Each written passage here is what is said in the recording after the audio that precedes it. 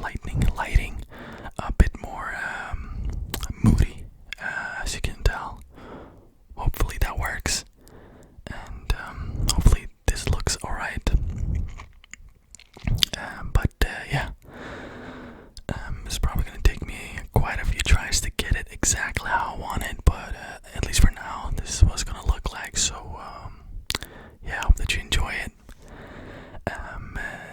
This story is called The Man from Torrid, and this was suggested by one of my friends on Snapchat, which you can add me on Snapchat if you want to. It's just way easier for me to see quicker. Of course, I see all my comments, but it's a way to get in contact with me very quickly, and I'll see it straight away. So yeah, and this video was just by one of my friends on there. I'm not sure if he wants me to say his name, so I'm not going to, but thank you so much.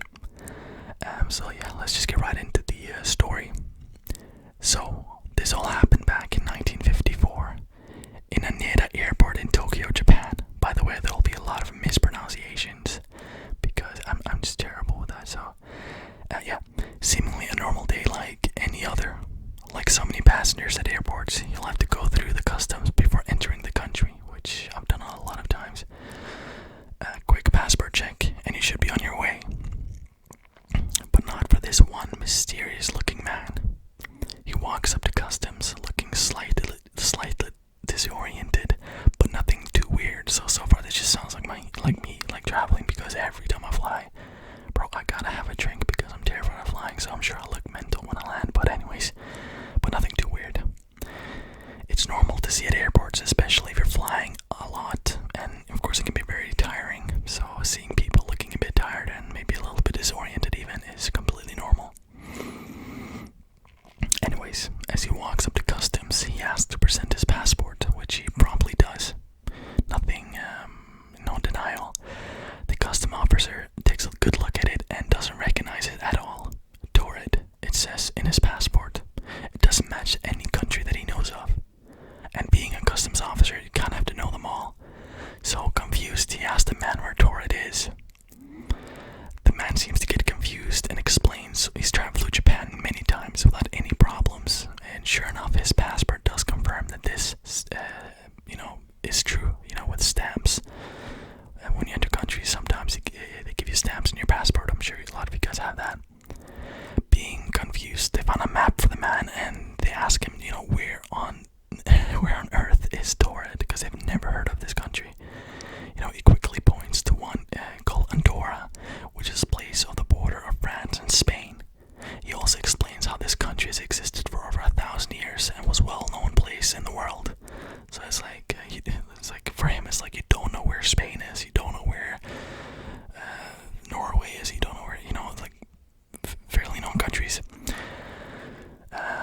So yeah, he said this country has been there for over 1,000 years. It was established, and he doesn't understand how these custom control officers doesn't know where this is. This obviously warranted further investigation, so they promptly check his baggage and belongings and find currencies from different countries, which is not out of the normal. If you made several trips, like a business trip or something like that, in a short span of time, you're going to be within a lot of different countries. And back then, the cash was kind of what you used. The man then also shared details of the company he worked for and what hotel he would be staying at once in Japan. Now, the company did exist because they did check this, but not in Torrid. This man said he worked for a company that existed in Torrid. It did not exist in Torrid, but it existed in Japan. They checked.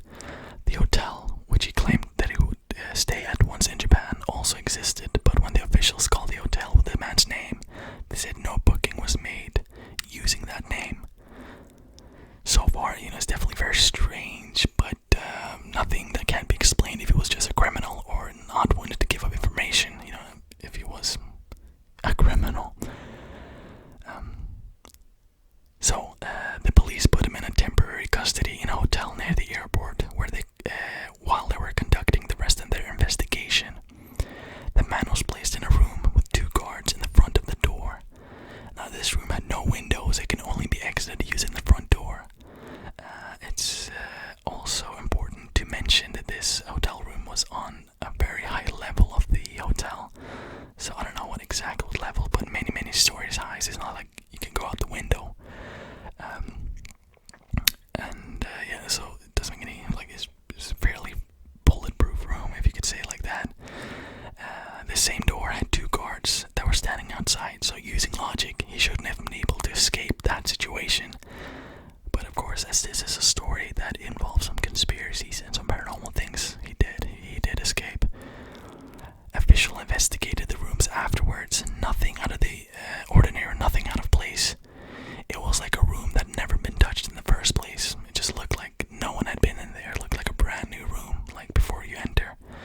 Also, what belongings the man brought in, toothbrush, whatever, etc., was also all gone. And everything looked like it had never been used. Now, I have to say this, reading this story, I found it very interesting, but I would be lying or withholding information if I said that this story is not 100% confirmed. It's not like the people involved were interviewed and everything like that. This story is more of what can you say, internet urban legend, but many people claim this actually happened. And of course, with very little evidence, but many people claim this is an actual thing and it's kind of been watered down, through the years. But for me, it's definitely an interesting story that kind of touches on the subject of, different dimensions, which fascinate me. And I always wondered if different dimensions are able to interact with one another, or if sometimes you can enter another dimension on accident and not really know it, because one theory is that dimensions can be like mirrors. They could look exactly the same, but with the small differences, or in this case, a fairly big difference, but not so that he would notice. Just like in his dimension, there is a country named Torrid, but when he went into that different dimension, maybe it happened on the airplane. Who knows? Did it only affect him, or who knows, right? That country didn't exist anymore once he landed, so yeah, definitely very confusing and an interesting story. So yeah, this was a kind of a quick video. It's just my first video back, and I kind of wanted to test this setup. Hopefully you guys enjoyed it. I definitely will play around a lot more with the settings to get the lighting that I want, but hopefully you guys kind of get my idea of what I want it to look like, and hopefully I was able to achieve that halfway at least. So yeah, I just want to say thank you so much for all the nice comments. It's been so amazing to see. You guys were so kind to me, and I don't deserve it the way I left, but I appreciate it a million times over. So yeah, just say that to you guys. Thank you so much. You guys are people, not numbers to me, so thank you so much. And I'm very excited to start this with many new exciting things to come, and hopefully this was a